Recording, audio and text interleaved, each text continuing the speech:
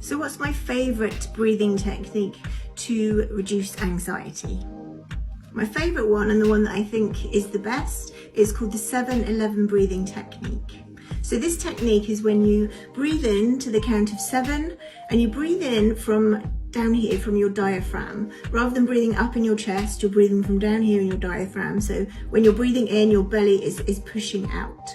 So you breathe in for 7, and then you breathe out to the count of 11.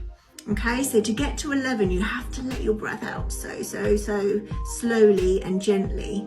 If you get to like 9 and you've run out of breath, just hold it and count 10, 11, and then go back in again with your in-breath. If you were in a particularly panicky state, it might be that 7-11 might be too much, so you could do 5 in, 9 out. Doesn't really matter too much as long as your out breath is longer, because that's where the power lies, is in that out breath.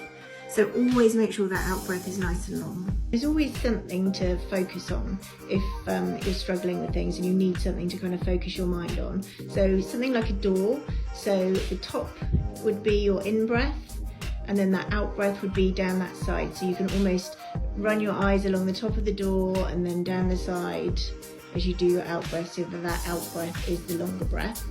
Another good example of this is if you've got your piece of paper in front of you, or a book. You'd go along the top as your in-breath, and then a real nice slow, long out-breath down the side.